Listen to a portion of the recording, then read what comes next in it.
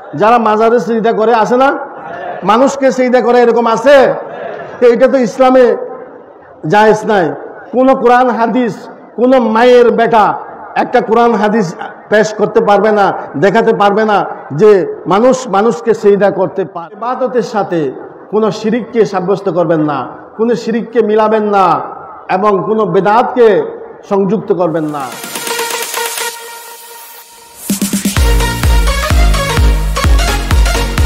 একবার একটি উট পাগল হয়ে গেছিল। উট পাগল হলে উটের ডাক্তারের কাছে যাবে, এটাই তো নিয়ম। গরু পাগল হলে গরুর ডাক্তারের কাছে যাবে না, আমার কাছে আসবে। যাবে কার কাছে? গরুর ডাক্তার। সে গরুর ডাক্তারের কাছে যায় নাই, সে গিয়েছেন রাসূলুল্লাহ সাল্লাল্লাহু আলাইহি সাল্লামের কাছে। ইয়া রাসূলুল্লাহ, আমার উটটি পাগল হয়ে গেছে, সে কামড়াচ্ছে, আক্রমণ করছে, এখন আমি কি করতে পারি? আল্লাহ রাসূল সাল্লাল্লাহু আলাইহি ওয়াসাল্লাম তাকে সাথে নিয়ে তার বাড়িতে চলে গেলেন। গিয়ে উটের কাছে যাচ্ছে, ওই ব্যক্তি রাসূল সাল্লাল্লাহু আলাইহি সাল্লামকে টেনে ধরেছেন। ইয়া রাসূলুল্লাহ, উটের কাছে যেয়েন না, সে আক্রমণ করবে, সে পাগল হয়ে গেছে। আল্লাহ রসুল উত্তর দিলেন, তুমি চুপ করো, আমি কে উট জানে, আমি কে উট জানে। এইভাবে উটের কাছে গিয়ে উটের সামনে যে চুলগুলো আছে এই চুলগুলোকে ধরলেন, ধরে কোনো দোয়া পড়লেন না, কোনো চিকিৎসাও করলেন না, বললেন, হে উট, তুমি আজ থেকে ভালো হয়ে যাও এবং তোমার মালিকের কাজ করো। এর সাথে সাথে উট দাঁড়িয়ে গেল।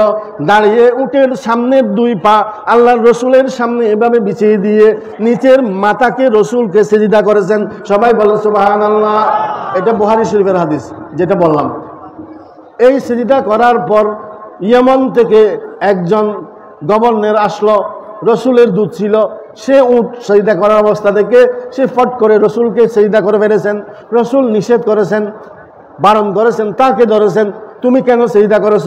ইয়া রাসূলুল্লাহ, আমি যেখানে থাকি সেখানে বড় বড় রাজা, প্রজা, বাদশাহ, তাদেরকে ছোট প্রজারা সালাম করে, সিজদা করে।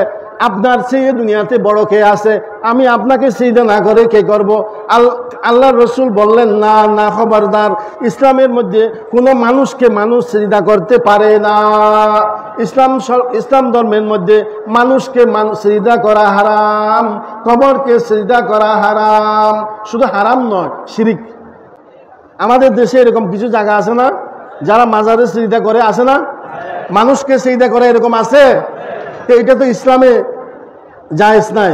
কোন কোরআন হাদিস, কোন মায়ের বেটা একটা কোরআন হাদিস পেশ করতে পারবে না, দেখাতে পারবে না যে মানুষ মানুষকে সিজদা করতে পারে, এরকম কোন কোরআন হাদিস নাই।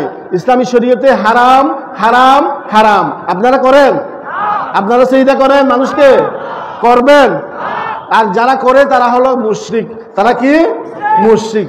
শিরক যারা করে তাদেরকে মুশরিক বলা হয়, যারা শিরক করে তাদেরকে কি বলা হয়?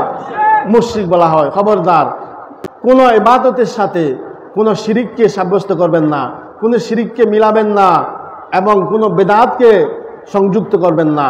কোন ইবাদতের মধ্যে শিরিক এবং বেদাত যদি যুক্ত হয়ে যায় তখন ওই ইবাদত আল্লাহর দরবারে কবুল হয় না। এই কথা মনে রাখতে হবে।